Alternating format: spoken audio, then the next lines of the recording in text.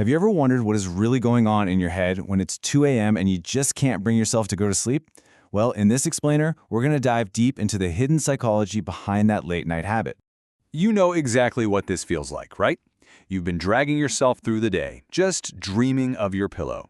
You promise yourself, tonight, I'm going to bed early. But then midnight rolls around and bam, you're suddenly wide awake, your face lit up by a screen in the dark. What is happening?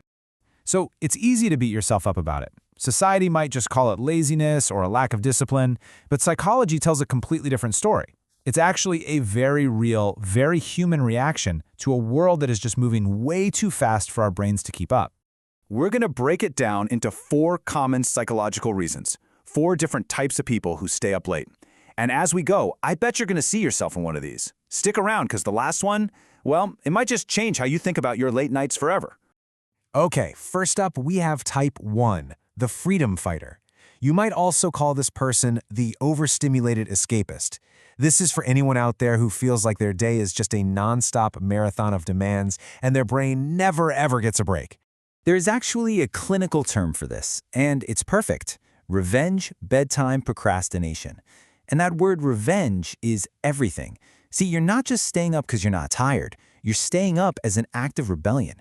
You're trying to take back a little piece of your life from a day that felt like it wasn't even yours. I mean, does this sound familiar? Your whole day is eaten up by your job or by school. You're just constantly drained by what other people expect from you. You feel like you're living your life one notification, one email, one text message at a time. So the night, that becomes the only time when nobody wants anything from you. So here's the big takeaway for the freedom fighter. Your late night scrolling isn't some moral failing. It's not a flaw.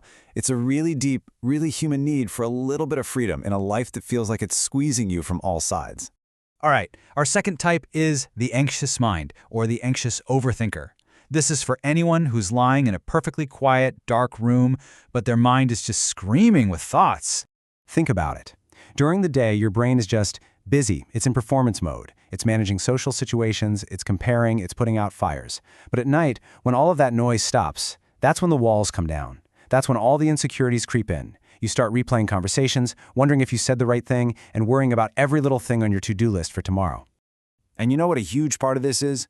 Our phones, our digital lives. Social media, sure, it gives us a feeling of connection, but it also creates this constant humming pressure to keep up, to compare our lives to these perfectly curated highlight reels. You spend all day soaking that in, and by night, your brain is just left with this nagging feeling that you're somehow falling behind. And that feeling can lead us straight into our third type, the Numb Survivor. This one's a little different. It's not just about being tired, it's about being deeply, soul-crushingly exhausted, both mentally and emotionally. The motivation here is pretty stark. You're just too tired to face your own thoughts. You've dealt with so much stress, so much pressure, that your brain is actively looking for an escape hatch, a way to shut down without actually having to think about your own reality. This is tied to a really powerful psychological idea called learned helplessness. What that means is, if you face disappointment or stress over and over again, your brain can actually learn to stop trying. It starts to believe that nothing you do in the real world will make a difference, and so you retreat into a world you can control, the digital one. And this creates a really vicious cycle. It starts when life just feels too heavy, so you reach for your phone to get that quick, easy little dopamine hit from scrolling. Before you know it, that screen becomes a kind of anesthetic. You end up staying awake not because you're having fun, but because you're actively avoiding your own feelings. But now we've come to our fourth and honestly most unexpected type, the peaceful seeker. For this person, staying up late has absolutely nothing to do with anxiety or revenge or escape. It's about something else entirely. See, for the first 3 types, the night is an escape from the world. But for the peaceful seeker, the night is a sanctuary to find yourself. It's the one time when the world finally shuts up and you can actually hear your own thoughts without any interruption. And this isn't just some fluffy idea. It's backed by psychology. There's something called self-determination theory, which basically says that our true sense of well-being comes from autonomy, from feeling like we are the authors of our own lives. For the peaceful seeker, those quiet, late-night hours are how you connect with that feeling. You're not looking for likes or validation. You're just thinking, creating, or simply being yourself without having to perform for anyone.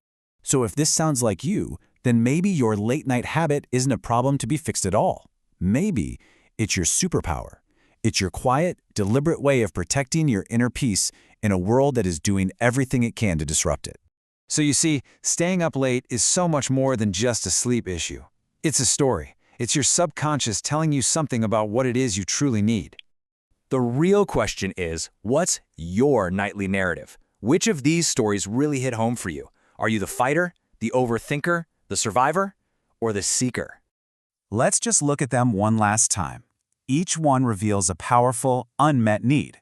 The freedom fighter is desperately trying to reclaim control. The anxious mind is searching for answers in the quiet. The numb survivor is running from emotional pain. And the peaceful seeker, they are guarding their inner world. So that leaves us with one last big question. Maybe your late-night habit isn't a problem that you need to fix. Maybe, just maybe, it's a need that you need to listen to and understand. What is your mind really trying to tell you in those quiet hours of the night